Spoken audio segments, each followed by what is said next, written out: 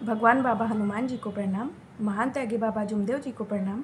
परमात्मा आहे, मी बाबाची सेविका ज्योती जगने तुमच्यासमोर एक अनुभव सादर करीत आहे। हे घडलेला अनुभव आहे गाव वल्ली आणि ज्यांच्या घरी हे घटना घडले त्यांचे नाव देवचंद भाऊ भुरे, राहणारे वल्लीचे।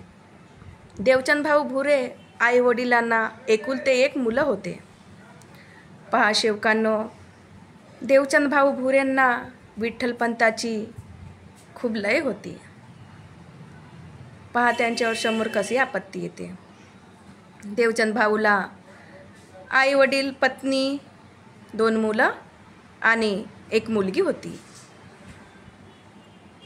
देवचंद भाऊ घराचा अमीर होता, आपल्या लखपती होता तो। त्यांच्या जवळ 30-35 एकर जागा होती। त्यांना वर्षांची 10-12 लाखांची फसल होत होती। पण लोक पहा, ज्यांना समोर जातात त्यांना बघून जळणुकी पण येतो। एका व्यक्तीने त्याला जळणुकी पण आलं तर पहा शेवकांनो, त्यांच्या घरावर किती आपत्ती केली आणि कसं काय केलं। त्यांच्या शेतीवर जे 10-12 लाखाची फसल होत होती, 1 लाख 2 लाखाची व्हायला लागली। कारण त्यांच्या विहिरीत बाहुले आणि निंबू गाडून ठेवले होते आणि त्यांचे 4ही विहिरीचं पाणी आटवून टाकलं होतं। त्यांच्या बांध्यावर पाणी, त्यांच्या शेतीवर जे लावलं होतं फसल, ते शेती नाही होत होती। कारण पाणीचे 4ही विहिरीचं पाणी आटवून टाकलं होतं आणि 4ही मोटर देवचंद भाऊ भुरेचे बिघडवून टाकलं होतं दुसऱ्या कर्तृत्ववाल्यानं। देवचंद भाऊ भुरेंची पत्नी काय म्हणते, अहो आपण चला ना बाहेर, कोणी काय करत असेल तर आपण पाहू। कारण आपल्या असं कधी झालं नाही आणि आज कसं आपल्यावर आपत्ती येत आहे। आपण तर 10-12 लाखाची फसल करत होतो, आज कसं दिवस आलं आहे। पहा शेवकांना तुमच्यासमोर सांगत आहे ते। त्याच्यानंतर देवचंद भाऊ भुरे काय म्हणतो, देवचंद भाऊ भुरे कोणासोबत भांडण नाही करायचे, कोणाला अबेतक नाही म्हणत होते, साध्या भोड्या मनाचे होते देवचंद भाऊ भुरे, राहणारे वल्लीचे। पण त्यांना विठ्ठलाची खूप लय होती। ते विठ्ठलपंथी खूप होते। ते कधी पण काय व्हायचं तर पंढरपूरलाच जायचं आणि 36 कोटी देवी देवतांची पूजा करायचे आणि त्यांना विठ्ठलपंथीचंच खूप लय होतं। पण पहा त्यांना समोर वाढताना पाहून त्यांच्यावर किती आपत्ती आली। लोकांनी कसं काय केलं त्यांच्यावर। अमावस पौर्णिमाचा दिवस होता आणि त्यांच्या मुलावर, जो धनंजय होता, त्याच्या मुलावर खूप आपत्ती आणायची कोशिश केली, त्याला मारण्याची कोशिश केली। धनंजय भाऊ होते 20 वर्षाचे। देवचंद भाऊ भुरेचा जो मुलगा होता तो 20 वर्षाचा होता। त्याला मारण्याचा प्रयत्न केला समोरवाल्यांनी की याचं घर कसं काय उद्ध्वस्त करायचं म्हणून।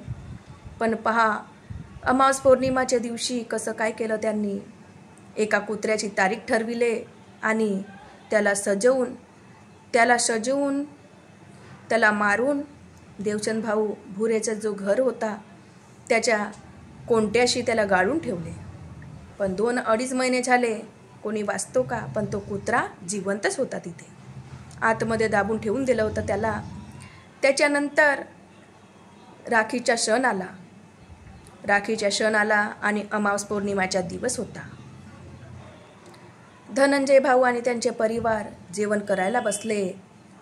राखी वगैरे बहिणीनं बांधलं आणि जेवण वगैरे करायला बसले आणि त्याच्यानंतर त्याला असं वाटलं, आई माझ्या ताटामध्ये, तो जेवण करायला बसला तर त्याला असं आश्चर्य वाटलं, असं साहस झालं की नाही माझ्या ताटामध्ये वीजगूर पडलेला आहे। तो आपल्या आईला काय म्हणतो, आई मी जेवण नाही करत ग, माझ्या ताटामध्ये वीजगूर पडलेला आहे। आई वगैरे पाहते ताटमध्ये तर त्याच्या ताटामध्ये वीजगूर पडला नव्हता। पण त्याने मग त्याच्या आईला म्हणतो की आई माझं पोट भरलेलं आहे, मी जेवण नाही करत ग, पण तो जेवण तो करतो। त्याला खूप पशीना होऊन जातो. राखी वगैरे सर्व होते, सर्व कार्यक्रम वगैरे सर्व होतं घरचं, आणि त्याला पशीवर पशीना येतो आणि थोड्या वेळाच्या नंतर त्याला तब्येतच खराब होते. तर डॉक्टराला बोलवतात. डॉक्टर इलाज वगैरे करतात, पण काही त्याला आराम होत नाही, कारण दुसऱ्याची कर्तृत्व असतो. धनंजय भाऊची जशी तब्येत खराब पाहताना खूप रडते त्यांची आई की कसं काय करायचं, आपण काही पाहू, बाहेरचं काही पाहू, पण विठ्ठलपंथी असतो भुरे भाऊ देवचंद भुरे, तर काही जात नाही. तो पंढरपूरला जातो आणि तीर्थ आणतो ना, तो मुलाला पाजतो, पण त्या तीर्थामध्ये काही आराम होत नाही. तो विठ्ठलपंथी असतो, ते विठ्ठलाला अशा शब्द मांडतो की मी 7 दिवसाचा भागवत ठेवीन न जेवण वगैरे देवीन. पण कसं काय करतो तो, जेवण वगैरे देतो, 7 दिवसाचा भागवत ठेवतो आणि तीर्थ पण देतो, पण त्याला काही आराम होत नाही. त्याच्यानंतर कसं काय करायचं विचार येते त्याच्या आईला, आणि सर्वांना विचार येतो कसं काय करायचं बा, कसं नाही, कारण तो ऐकत नाही, कारण त्याला विठ्ठलपंथीच होतं. तो खूप रडायची आई. ते म्हणायची, अहो आपल्या पतीला म्हणायची, अहो आपण काहीतरी मुलासाठी करायचं हो, कारण मुलाला काही बरं वाटत नाही आणि मुलाची तब्येत काही सुधरत नाही. तिची बहीण पण खूप रडते, भाऊ पण रडतो, पूर्ण परिवार रडतो त्याची तब्येत पाहून, कारण तो कुत्र्यासारखा भोगतो आणि मांजरासारखा ओरडतो. त्याच्यानंतर तो बोलण्याचं बी त्याला बोलायला पण नाही लागत, त्याचा बोल पण बंद होतो आणि डोळे झाकून देतो. लास्टच्या स्टेजवर जातो. पहा, पण कोणी आराम त्याला विठ्ठलपंथामध्ये पण त्या तीर्थामध्ये पण आराम होत नाही. त्याचे मानलेली बहीण असते, ती सांगते, आणि त्यांची बहीण लेक पण असते, ते पण सांगते की तुम्ही मार्गात या. त्यांच्या परिवारामध्ये मार्गात असतात, पण देवचंद भाऊ काही ऐकत नाही. आपल्या गावाला जाते ती, आणि यांचा परिवारमध्ये खूप अडीअडचण येतात न, खूप रडतात, कसं काय करायचं. त्याच्यानंतर त्यांच्या आई जे असतात त्यांचे भाऊ वगैरे जो असतात ते फोन करतात त्यांच्या मानलेल्या बहिणीला, कारण ते मार्गात असते. ताई तुम्ही कसं काय करा, पण तीर्थ वगैरे बनवून द्या. त्यांची जे बहीण राहते ते तीर्थ बनवून देते आणि बनवून ठेवते. 21-11-7 फुकाची तीर्थ बनवून ठेवते. त्याच्यानंतर ती भंडाऱ्याला जाते. ती म्हणते मी घरी राहू नाही शकत, कारण माझं भजनाचे कार्यक्रम भंडाऱ्याला आहे, तर ती भंडाऱ्याला जाते. ते तीर्थ वगैरे काही आणत नाही, शब्द देऊन ते शब्दाचे पालन करत नाही. हिला भास होतो की मी काही गलती केली आहे. भगवंता म्हणतो की तुला काही काटेकोरपणाने आपण ह्या भगवंताच्या मार्गात आहो, तर आपल्या शब्द नियमानेच चालावं लागते. पण ती जी मानलेली बहीण असते ते आपल्या मनाने तीर्थ बनवून ठेवते, आणि भगवंता काय म्हणतो, तू चांगली केली नाही गं. तिला असं भास होतो, ती आपल्या पतीला सांगते आणि घरी जाते तर पहा तो तीर्थ असतो, आणि भगवंताच्या समोर ते शब्द मांडून क्षमा मागते, आणि भगवंता जशी मी हे तीर्थ त्याच्यासाठी बनवली ते तीर्थ मी पेते, कारण माझ्याशी खूप मोठी गलती झाली. तीर्थ बनवून ते पेते. त्याच्यानंतर ती खूप समजवते, पण तुम्ही मार्गात येऊन जा, पण ते काही ऐकत नाही. त्याच्यानंतर अजून तो पंढरपूरला जातो आणि तिथून अजून तीर्थ आणतो, पण त्या तीर्थामध्ये काही आराम होत नाही. त्यांची पत्नी म्हणते की तुम्ही 36 देवी देवतांची पूजा करता, पण माझ्या मुलाला का बरं आराम होत नाही आहे, माझा मुलगा असा का बरं झालेला आहे.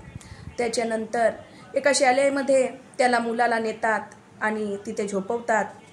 त्याच्यानंतर त्या मुलाला तीर्थ पण देतात, विठ्ठल पण त्याचा आराम होत नाही. त्याच्यानंतर सर्व त्यांना समजतात का तुम्ही मार्गात या.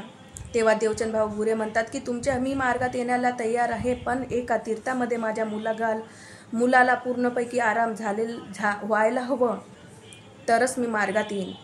तुमचा खरोखर मार्ग सच्चा आहे आणि एकच आहे, परमात्मा एक खरोखरच आहे, तर ह्या परमात्मा एक मार्गामध्ये मी येईन, पण माझ्या मुलाला एका तीर्थामध्ये आराम व्हायला हवं. पहा शेवकानं, थोड्या वेळातच ते 7 फुकाची तीर्थ बनवून देतो तोच देवचंद भाऊ भुरे, आणि त्याला प्यायला देतो तर तो जेवण वगैरे करायला लागतो आणि आपल्या आईला आवाज देतो की अगं आई. जो व्यक्ती न बोलत होता, आखरी दिवस होता त्याच्या, आखरी स्टेजवर चालले गेला होता, 5 ते 7 फुकाच्या तीर्थामध्ये त्याला आराम झालं आणि तो आई म्हणायला लागतो, उठतो, बसतो, बोलायला लागतो आणि त्यांच्या सुखाचा परिवार ह्या मार्गामध्ये येऊन सुखाचा परिवार होतो. एवढी आपल्या बाबाच्या या परमात्मा एक मार्गामध्ये एवढी जागृत शक्ती, आपल्या बाबामध्ये एवढी जागृत शक्ती आहे. बाबांनी आपल्यासाठी किती काटेकोरपणाने किती काय केलं आणि किती दुःख भोगून सनेरी हा आपला प्रचार प्रसार मानवासाठी केलं. बाबांनी किती काय झेललं, त्यांच्यासारखे आपण बनू नाही शकत, पण बनण्याचा प्रयत्न करा आणि ह्या मार्गाचा 4 तत्व 3 शब्द आणि 5 नियमांचा आणि सत्य मर्यादाचा पालन करा. सर्वांना माझ्या नमस्कार जी आणि चर्चा बैठक अटेंड करा तर तुम्हाला सर्वच येईल जी. नमस्कार जी.